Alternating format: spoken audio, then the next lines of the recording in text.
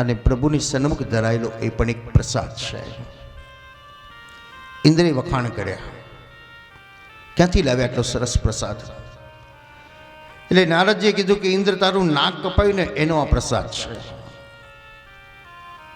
ભક્તિ માર્ગમાં શત્રુ કોણ છે આપણા? બહાર તો શત્રુ છે, વૈભવમાં શત્રુ છે, વ્યવસાયમાં શત્રુ છે, બધે જ શત્રુ છે, પણ ભક્તિ માર્ગમાં પણ શત્રુ છે. એ કોઈ બહારના નથી, પણ આપણી અંદરના જ શત્રુઓ છે. અને તે પહેલો શત્રુ કોણ? અભિમાન. અભિમાન આવે છે. મને કેમ ન કીધું, મારું નામ કેમ ન દીધું, મને કેમ ન બોલાયો. ઇન્દ્રમાં અભિમાન આવ્યું કે વ્રજવાસીઓએ મારો યજ્ઞ ન કર્યો, એટલે કોઈ ગોવર્ધનની પૂજા કરી. અભિમાનમાં આવેલો ઇન્દ્ર ભાન ભૂલી ગયો. નવે મેઘોને આજ્ઞા કરી, જાઓ વ્રજ ઉપર તૂટી પડો, મુશળધાર વરસાદ વરસાવો. સવાર પડ્યું છે, વ્રજવાસીઓએ કાળા બિંબ વાદળો ગર્જના કરતા જોયા. વ્રજવાસીઓ ભયભીત થઈ ગયા. લાલા શું થશે, લાલા શું થશે, કોણ બચાવશે? લાલા, મેં તને કહ્યું તું ઇન્દ્રની પૂજા કરવા દે. જો તારા કહેવાથી ગોવર્ધન નથી પૂજા કરી, ઇન્દ્ર ડૂબાડી દેશે, લાલા ડૂબાડી દેશે. હું ને તમે બધા જ રોજ સેવા કરો છો, સ્મરણ કરો છો, સત્સંગ કરો છો, પ્રભુનું કાર્ય કરો છો, પણ જો આપણા જીવનમાં આવી સેજ તકલીફ આવે ત્યારે આપણે બધા જ ભયભીત બની જઈએ છીએ. હવે શું થશે, શું થશે, શું થશે?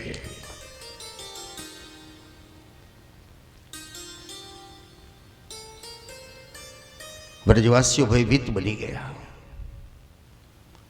ભગવાન વિચાર કરે છે, અને કેટલી બધી સેવા કરી છે, કેટલી બધો આનંદ લીધો છે, અને તમારો વિશ્વાસ ક્યાં ગયો?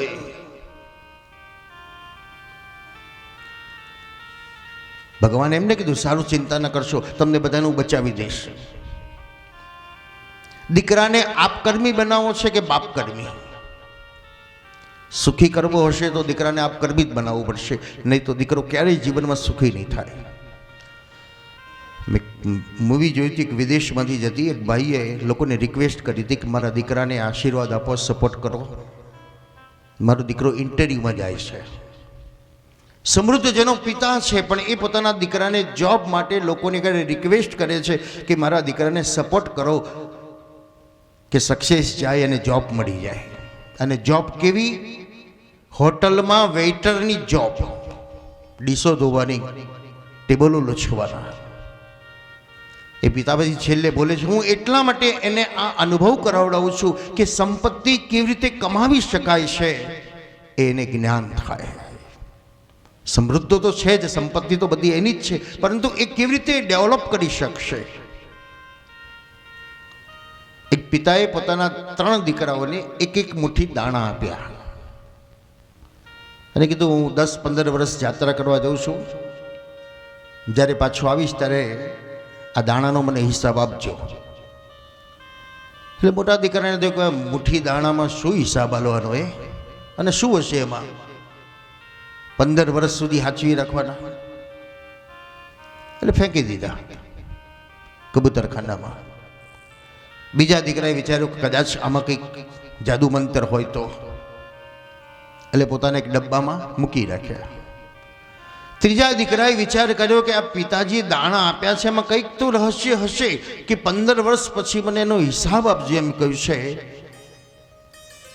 એટલે પત્નીને લઈને ખેતરમાં ગયો. ખેતરમાં કરીને ખાડા કરીને 2 દાણા નાખવા લાગ્યો. 3-4 મહિનામાં દાણા આવ્યા. ફરી પાછા એ દાણા ફરી હોયા, ફરી પાછા એના ડબલ થયા, એના 3 ગણા થયા, એના 6 ગણા થયા. અને 15 વર્ષે જ્યારે પિતા આવ્યા છે ત્યારે દીકરાઓને પૂછ્યું, બેટા તમે શું કર્યું એ દાણાનું?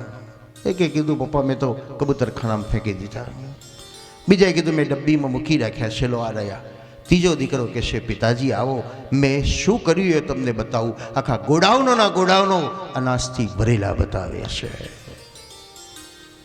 પિતાએ કસોટી કરી કે સંપત્તિનો ઉપયોગ કોણ ડેવલપ કરી શકશે? આ સંપત્તિ નહીં. બાકી મળી છે તો બધા લહેરથી વાપરી નાખે, કેટલાક સાચવીને મૂકી દે, પણ એને વિકસિત કોણ કરી શકશે? ભગવાને વ્રજવાસીઓ કીધું, તમે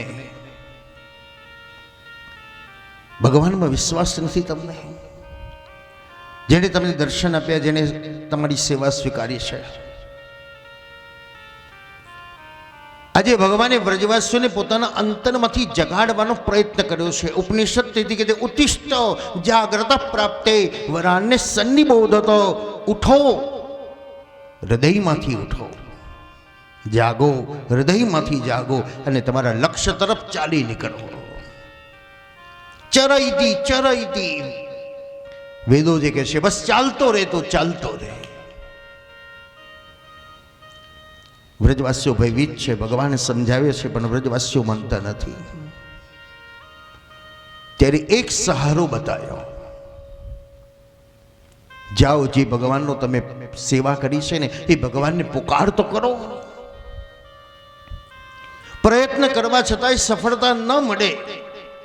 એ પ્રથમ સ્કંદની કથાને યાદ કરો કે ઉત્તરાએ પોતાની પુત્રવધુ દ્રૌપદી પોતાની પુત્રવધુ ઉત્તરાને કહે છે કે બેટા, બધા જ સસુરો, વડીલો, બંધુઓ, સ્વજનો બધાની સામે મેં માગણી કરી, બચાવવા માટે યાચના કરી, પણ બેટા કોઈ બચાવનાર ન આવ્યો. અંતે ભગવાન દ્વારિકાધીશે મને બચાવી. તો તું પણ બેટા કોઈની સામે ખોડો ન પાથરીશ, તું ભગવાનને યાદ કરી લે. લોકલ ફોનનો હવે જમાનો ગતો રહ્યો. હવે તો ડાયરેક્ટ ડાયલિંગ આવી ગયું. તો ઈશ્વરની સાથે પણ આ લોકલ ફોનને દૂર કરવાની જરૂર છે અને ડાયરેક્ટ ડાયલિંગ કરવાની જરૂર છે. પુકાર કરો.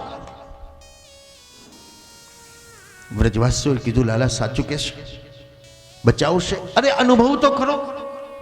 દુનિયાનો, સમાજનો, પરિવારો, સ્વજનોનો બધાનો અનુભવ કરી લીધો. એકવાર ઈશ્વરનો તો અનુભવ કરી જવો.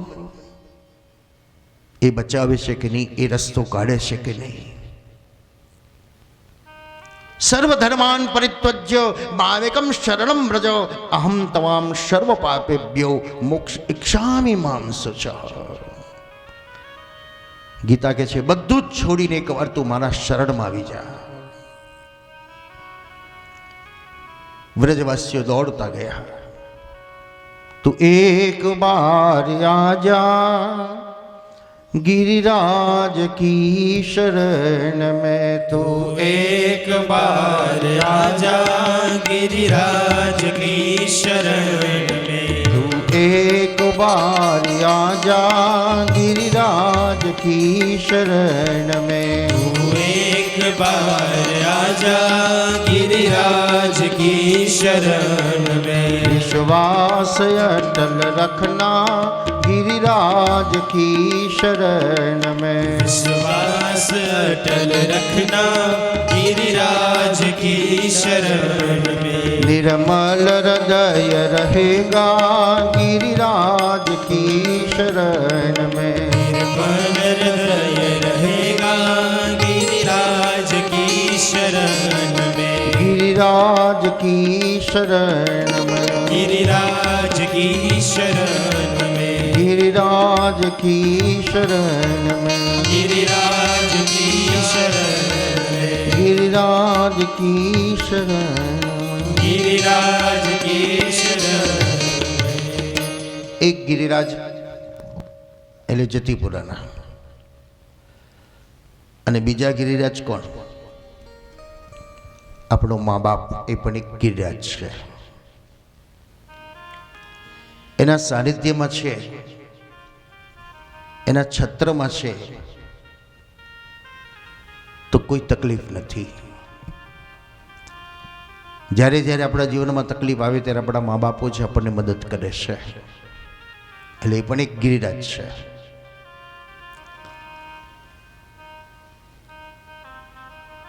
વ્રજવાસીઓ દોડતા ગયા. આજના દીકરાઓ વાતો કરે છે કે લહેર તો પપ્પાના પૈસે જ કરી છે, હવે તો માંડ ઘર ચલાવીએ છે. કારણ એને ખબર નથી કે પિતા ફાટલું કપડું પહેરીને એક ટંકનું ભોજન ઓછું કરીને દીકરાઓના શોખ પૂરા કરતા હોય છે. તો એના માટે તો ગિરિરાજ એ મા બાપ છે. વ્રજવાસીઓ દોડતા ગયા. ઈશ્વર કોઈને નિરાશ નથી કરતો. પણ છતાંય આપણે બધા દુઃખી થઈએ છે. એક ફૂટપાથ ઉપર પિક્ચર વેચનારો સરસ મજાના પિક્ચર વેચી રહ્યો છે. આખો દિવસ થયો પણ 1 રૂપિયાનો ગ્રાહક ના આવ્યો. એટલે ભગવાન રૂઠ્યા છે કે 1 રૂપિયાનો કોઈ ગ્રાહક ન મળ્યો. દીવાબત્તી કરતાં કરતાં પ્રાર્થના કરી, ભગવાન દયા કરે ને એકાદ ગ્રાહક આવી જાય ને દાળ રોટલાનો ખર્ચો નીકળી જાય તો સારું. અને એક ધનવાન શેઠ ગાડી લઈને જતા હતા. સરસ મજાના પિક્ચર જોયા અને પિક્ચર જોતાની સાથે ગાડી એકદમ ઊભી રાખી. એટલે વેપારીને થયું કે ચલો ભગવાને મારી પ્રાર્થના સાંભળી, એક ગ્રાહક આવ્યો છે, ઓછો નફો લઈને પિક્ચર વેચી દઉં. કેટલાનું પિક્ચર છે? 5000 રૂપિયાનું. અને શેઠે તરત કીધું ભાઈ પેક કરી દે. આખો દિવસ જેને રૂપિયાનો ધંધો નથી મળ્યો એને જતા જતા 5000 રૂપિયા મળ્યા. કેટલો ખુશ થઈ ગયો. વાહ ભગવાન, દેર છે પણ અંધેર નથી. આખા દિવસનો ખર્ચો મારો નીકળી ગયો છે. અત્યાર સુધી તો આનંદ છે, પણ પિક્ચર પેક કરી જેવું શેઠના હાથમાં આપ્યું ને શેઠે રૂપિયા આપતા એક શબ્દ કહ્યો, એ વેપારીનો બધો જ આનંદ છિન્નભિન્ન થઈ ગયો. શું બોલ્યો વેપારી? શેઠ કે પિક્ચર શું કર્યું? એને કીધું શશી જે સમય મેં મુંબઈમાં બંગલો લીધો. તો બધું અત્યારે બંગલાની શું કિંમત આવે? તાકે 25 કરોડ રૂપિયા આવે. તો મેં કીધું દશા બેઠી કે દશા સુધરી?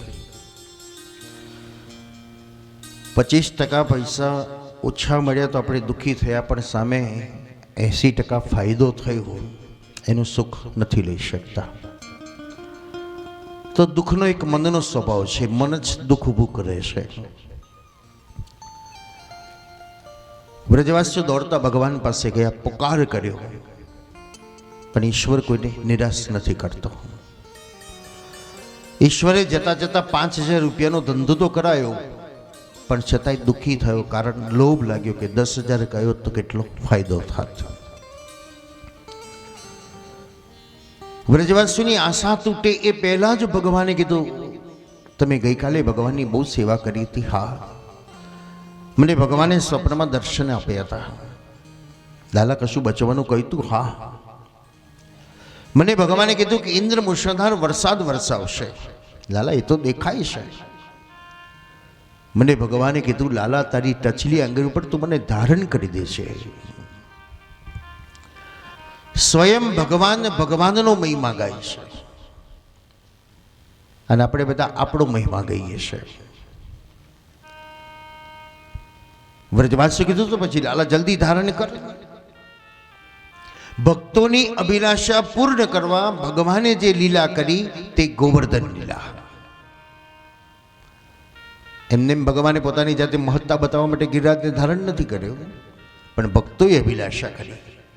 ભક્તાભિલાષા ચરિતાનુસારી દુગ્ધાદિ ચૌર્યેન યશો વિશારી કુમારતાનંદિત ઘોષનારી મમ પ્રભુ શ્રી ગિરિરાજધારી મમ પ્રભુ શ્રી ગિરિરાજધારી. શ્રી ગિરિરાજ ધરણ કી જય. એક ગિરિરાજ કોને ધારણ કર્યો? પ્રભુ બાલકૃષ્ણએ. બીજો ગિરિરાજ, તમારો ગિરિરાજ કોણ ધારણ કરે છે? આ શરીરરૂપી ગિરિરાજને કોને ધારણ કર્યો? કોણ એને ઉઠાડે છે, કોણ બેસાડે છે, કોણ ચલાવે છે?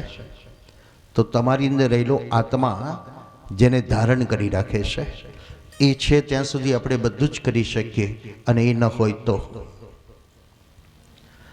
પૃથ્વીને કોને ધારણ કરી? તો સ્વયં ભગવાને જેને શેષનાગના અવતાર રૂપે ધારણ કરી છે. ધર્મરૂપી ગોવર્ધન કોને ધારણ કર્યો છે? તો ભગવાન સ્વયં કે જે સંભવામી યુગે યુગે, મેં ધારણ કર્યો છું, એનું રક્ષણ કરીશ. તમને સોંપું છું, તમે નહીં કરો તો હું સ્વયં આવીને પણ એનું રક્ષણ કરીશ. 7 દિવસ સુધી વ્રજવાસીઓ ગોવર્ધનનાથની તળેટીમાં રોકાઈ ગયા. 7 દિવસ ક્યાં જતા રહ્યા કોઈને ખબર ન પડી. જેમ આપણને આશ્ચર્ય લાગે ને, બીરાબેન કિરીટભાઈને આશ્ચર્ય લાગતું છે કે એ લંડનમાં તો 7 દિવસમાં નવરા માણસને તો ત્યાં ગભરામણ થઈ જાય. સતત કામ હોય તો વાંધો નહીં, પણ અહીં કામ તો છે. કયું કામ છે? સત્સંગનું કામ છે. સવારે ઉઠતાની સાથે તૈયાર થવાનું, ચાલો ભાઈ કથામાં. તો ક્યાં જતા રહે જે ખબર નથી પડતી સમય. એમ વ્રજવાસીઓને પણ ખબર ન પડી, કારણ વ્રજવાસીઓનું મન ક્યાં હતું? વેણુજીમાં હતું. આજે ભગવાન ચતુર્ભુજ રૂપમાં પ્રગટ થયેલા છે. ગોકુલનાથજીના રૂપની અંદર 2 હાથથી વેણુના સૂર છેડ્યા, 1 હાથ કટી ઉપર પધરાયું અને 1 હાથથી ગિરિરાજને ધારણ કર્યા. વેણુના સૂરમાં વ્રજવાસીઓના મનને પરોવી દીધા છે. વ્રજવાસીઓ વિચાર કર્યું કે લાલાને થાક લાગ્યો હશે, લાવો લાકડીના ટેકા મૂકીએ. લાલા, અમે પણ તને સપોર્ટ કરીએ છો જો ટેકા મૂક્યા હશે. એટલે કન્યા કીધું મારી આંગળી લઈ લઉં તારે. અને જેવી ભગવાન આંગળી ખસેડવા જાય ને ગિરિરાજ ડોલવા લાગે. ધર્મરૂપી ગોવર્ધનને સ્વયં ભગવાને ધારણ કર્યો છે. શ્રી મહાપ્રભુજી કહે છે પણ આપણું કર્તવ્ય છે લાકડીઓ પ્રભુને અર્પણ કરવાની. કઈ લાકડી આપણી પાસે છે? એક તનરૂપી લાકડી છે. હું તનથી ધર્મની સેવા કરું. તનથી ન થાય તો કોકને પ્રેરણારૂપી બની માર્ગદર્શન આપીને મનથી પણ સેવા કરાવીએ. એ પણ ન થાય ને ઈશ્વરે ધન આપ્યું છે તો ધન પણ ધર્મની અંદર સત્કાર્યમાં અર્પણ કરાય. 7 દિવસ સુધી ગિરિરાજજીને ધારણ કર્યા. 7મા દિવસે ઇન્દ્રને વિચાર થયો લાવ તપાસ કરવા દે વ્રજની શું દશા છે. ઇન્દ્રે જોયું તો વ્રજવાસીનો વાળ પણ ભીનો નથી થયો. કોણ ધારણ કર્યો છે આને? જેવો નીચે નમીને જોવા ગયો, વિશુદ્ધ સત્વમ તવધામ શાંતમ. શ્રી મહાપ્રભુજી કહે છે સુબોધિનીમાં, માયામય સંપ્રવાહ તે ગ્રહણાનું અનુબંધેન ઇતિ.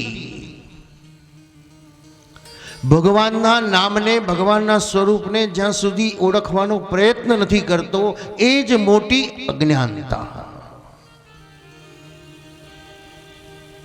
જ્યાં ઇન્દ્રે નીચે નમતાની સાથે પરમાત્માને નિહાળી દીધા અને ઇન્દ્ર બોઠો પડી ગયો.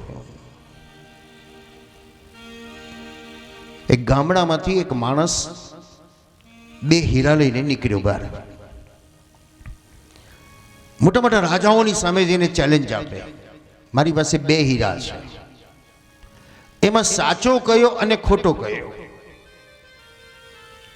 જો તમારો ઝવેરી પારખી જાય તો મારે કશું નહીં આપવાનું, અને ના પારખી શકે તો તમારે મને 10,000 સોનામર આપવાની. એટલે મોટા મોટા રાજાઓને તો રમત જેવું લાગ્યું.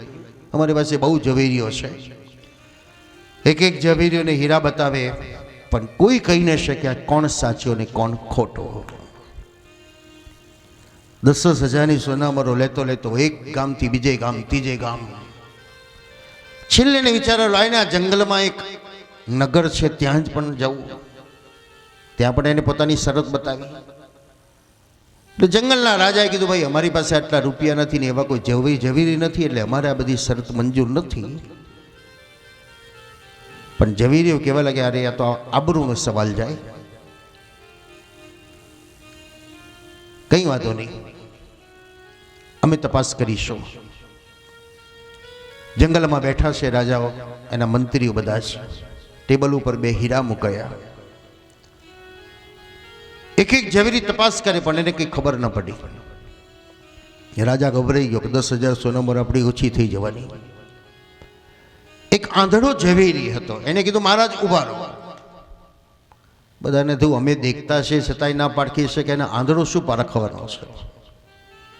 કંઈ વાંધો નહીં ભાઈ, ચેક કરી જાઓ. એ અંધ ઝવેરીએ હીરા હાથમાં લીધા અને આમ ગોળ ગોળ ફેરવીને તરત કીધું આ સાચો હીરો છે અને આ ખોટો હીરો છે. પેલો હીરાનો માલિક પણ સમજી ગયો સાચી વાત છે. આ ખોટો હીરો છે. બધાએ પૂછ્યું ભાઈ તને કેવી રીતે ખબર પડી, તું તો આંધળો છું છતાં તને ખબર કેવી રીતે પડી કે આ સાચો છે ખોટો છે? તેને બહુ સરળતાથી કીધું કે આપણો દરબાર ખુલ્લા આકાશમાં છે, સૂરજનો તાપ પડે છે. જો હીરો સાચો હોય તો એ ઠંડો રહે અને કાચનો હોય તો ગરમ થઈ જાય. આ ગરમ થઈ ગયો એટલે મેં જાણ્યું કે આ ખોટો છે. બસ આપણી અંદર આવા જ હીરાઓ આપણે બધા છીએ, ભેગા થઈને બેઠા છીએ, પણ કોઈક પારખનારો આપણને પારખી લે છે કે આ અહંકારમાં, અભિમાનમાં, રાગ, દ્વેષ, ઈર્ષા, ક્રોધ, એમાં જાણે આ ખોટો છે.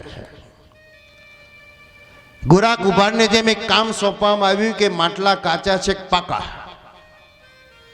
કયા માટલા ચેક કરવાના? માટીના નહીં, પણ વિઠોબાની પાસે જે ભક્તો આવે ને એ ભક્તોને આ ગોરા કુંભાર ટકોરા મારી, લાકડી મારીને ચેક કરે, અને જે ભગતોને ગુસ્સો આવે એ ગોરા કુંભાર કે આ કાચો છે, આ કાચો છે, અને જેને નમ્રતા છે એ કે આ પાકો છે.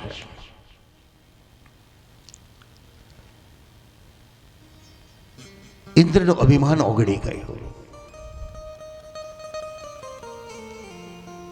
વિશુદ્ધ સત્વમ તવધામ શાંતમ.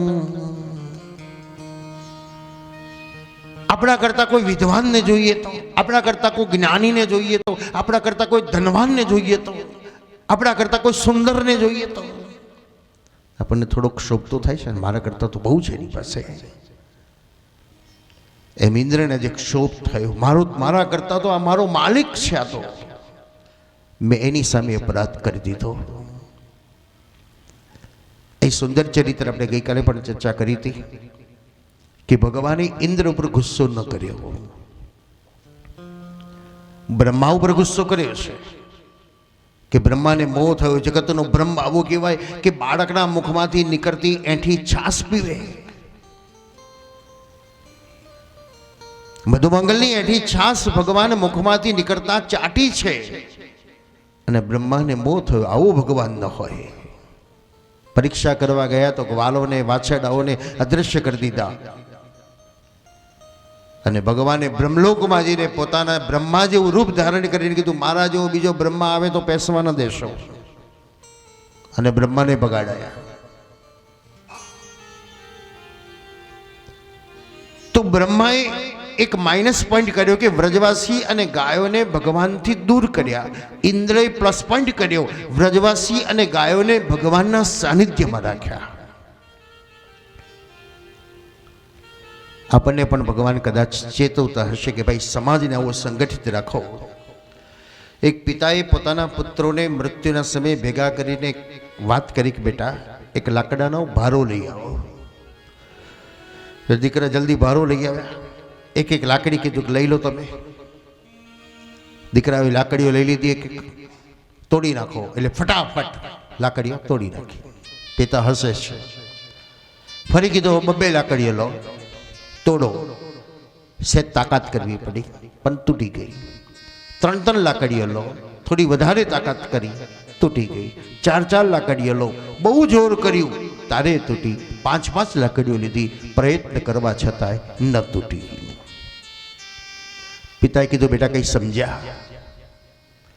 આવા નોખા થઈ જશો ને તો તૂટી જશો, પણ જો આવા સંગઠિત થઈને રહેશો ને તો તમે બળવાન બની જશો. એ આ કૃષ્ણ ગોવર્ધન લીલા દ્વારા સમાજને જાગૃત કરે છે. જો તાકાત સંયુક્તાની સંગચ્છત્વમ,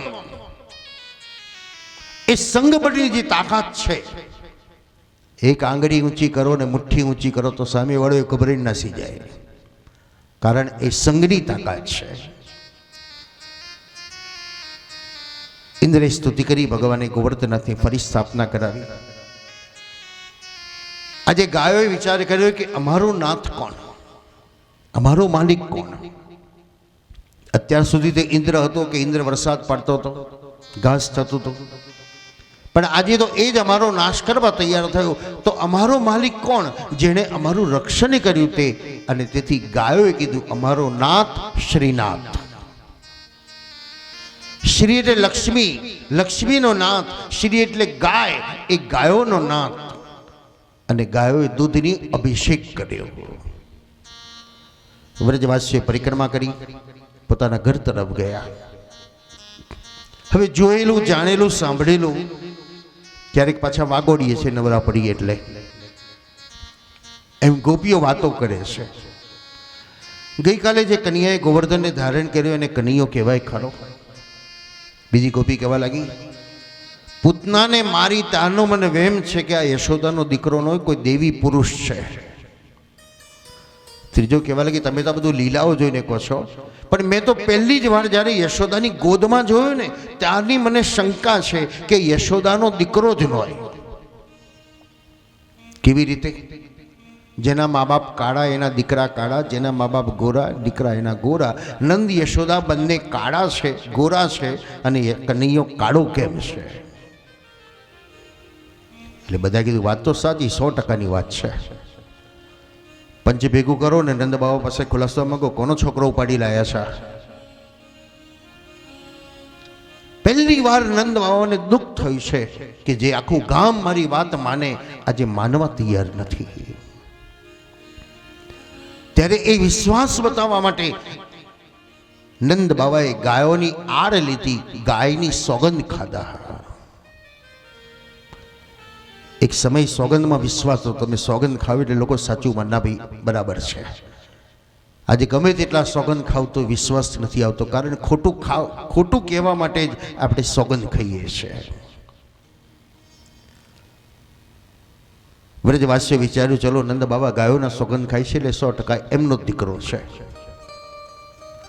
પણ ચોરે ને ચૌટી એક જ વાત, એક સાયકોલોજી છે, એકનો એક શબ્દ તમે બોલો એટલે તમે ગુખાઈ જાય છે. આજે છોકરાને કવિતા ગોખતા વાર લાગે છે પણ ફિલ્મ ગાયન ગોખતા વાર નથી લાગતી, કારણ એ સાંભળવાનું કામ કરે છે, એમાં ઇન્ટરેસ્ટ છે ને, એટલે સાંભળતા સાંભળતા એને યાદ આવી જાય છે. તો એકની એક વાત, ચારે બાજુ યશોદા જ્યાં જાય ત્યાં એક જ ચર્ચા, આ યશોદાનો દીકરો નો, જેના મા બાપ કાળા એનો દીકરો કાળો, છોકરા ગોરા એનો દીકરો ગોરો. યશોદા વિચાર કર્યું બધાને કેવી રીતે સમજાવવું, આ દીકરો મારો છે. પિતાને ઓફિસમાં ઝઘડો થયો એટલે ગુસ્સો તો આવે સાહેબ ઉપર, પણ સાહેબ ઉપર ગુસ્સો કઢાય નહીં. એ ગુસ્સો કાઢવો છે, ક્યાં કાઢે? રોજ 6 વાગે આવે ને પત્ની ચા બનાવીને પીતા હોય, વાતો કરતા હોય, પણ આજે ગુસ્સો કાઢવો છે એટલે ચા પીતા પીતા ગુસ્સો કાઢે. તમે ઘરમાં કશું કામ કરતા નથી, નવરા બેસીને તો ચાય સારી નથી બનાવતા. એટલે પત્ની વિચાર કરે અમે કેટલું બધું કામ કરીએ છીએ અને છતાં અમારે સાંભળવાનું. એટલે એને પણ ગુસ્સો આવે, પણ એ પતિ સામે ના કાઢે, પણ છોકરાની આગળ જઈને કાઢી દે. છોકરો વાંચતો ને તો એક તમાચા મારી દે, કશું કરતો નથી, નવરો બેસી રહે છે. છોકરાને પણ ગુસ્સો છે, પણ એ કાઢે ક્યાં? તો એક બાજુ બેસીને રડીને કાઢે છે. આત્મા પવિત્ર છે, શરીર પવિત્ર છે. જેમ નદી પવિત્ર છે, ગમે તેટલો કચરો નદીમાં નાખો પણ નદી એ કચરાને ધીરે ધીરે બહાર કાઢી નાખે છે, એમ આ આત્મા પણ પવિત્ર છે. એક દિવસ યશોદાના મુખમાંથી આ શબ્દ નીકળી ગયો, લાલા જા તોફાની દીકરો મારો ન હોય. ભગવાન રડી પડ્યા, માં કેમ આવું કે છે? એટલે યશોદાએ પોતાની હૈયાની વરાળ કાઢી, હું એકલી નથી કહેતી બેટા, આખું ગામ કે છે. શું કે છે? જેના મા બાપ કાળા એના દીકરા કાળા, જેના મા બાપ ગોરા એના દીકરા ગોરા. હું ને તારા પપ્પા બંને ગોરા ને તું કાળો થયો ને એટલે બધા એવું કે છે તું યશોદાનો દીકરો ન હોય. અહીં માને દીકરાને ઝઘડો થઈ ગયો. કનૈયો માને કે પેલા માયમાં વાંક કોનો? મારો તારો. યશોદા કીધું વાંક તારો, કારો તું થયો. ભગવાને કીધું માં વાંક મારો નહીં, વાંક તારો. આ દરેક માની કથા છે. સંતાન બગડ્યું એમાં દોષ કોનો?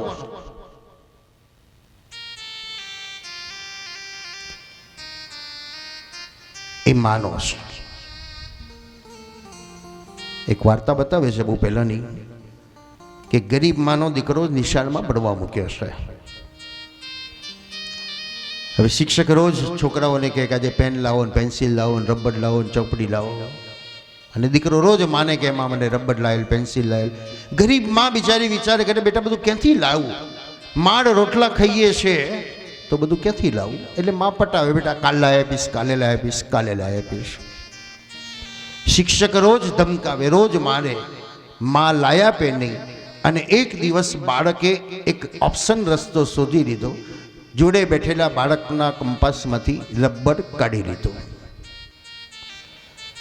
માએ જોયું છે કે મેં રબર લાવી આપ્યું નથી, છતાં રબર લાયો, ક્યાંથી લાયો એ પૂછવામાં બેદરકારી રાખી, આળસ રાખી. કંઈ વાંધો નહીં, હવે કકરાટ તો નહીં કરે. પરિણામ બીજા દિવસે પેન્સિલ લાવ્યો, ફૂટફટ્ટી લાવ્યો, ચોપડી લાવ્યો અને એક દિવસ મોટો ચોર બની ગયો. પોલીસે એને પકડ્યો, શિક્ષા થઈ, સજા જાહેર થઈ ગઈ, ફાંસીના માંચડે ચડાવવાનો. આકર્ણ રુદન માં કરી રહી છે કે મારો દીકરો કમોતે ભર યુવાનીમાં મરી જશે. આખું ગામ ભેગું થઈ છે અને બાળકને પૂછવામાં આવ્યું કે બેટા ભાઈ તારી શું ઈચ્છા છે છેલ્લી? ત્યારે દીકરો બોલ્યો કે મારી માને મળવું છે મારે. બધાએ વિચાર કર્યો કે માને દીકરાનું જે આકરણ રુદન થશે, પથ્થર પીગળાવી દેશે. દીકરો દોડતો ગયો, માને પગે નથી પડ્યો, વરગી નથી પડ્યો, પણ માના નાક ઉપર બચકું ભરી લીધું. સમાજ એને ધુતકારવા લાગ્યો, મરતો ગયો ને માનું નાક કાપતો ગયો. ત્યારે દીકરો રડતો રડતો કહેવા લાગ્યો,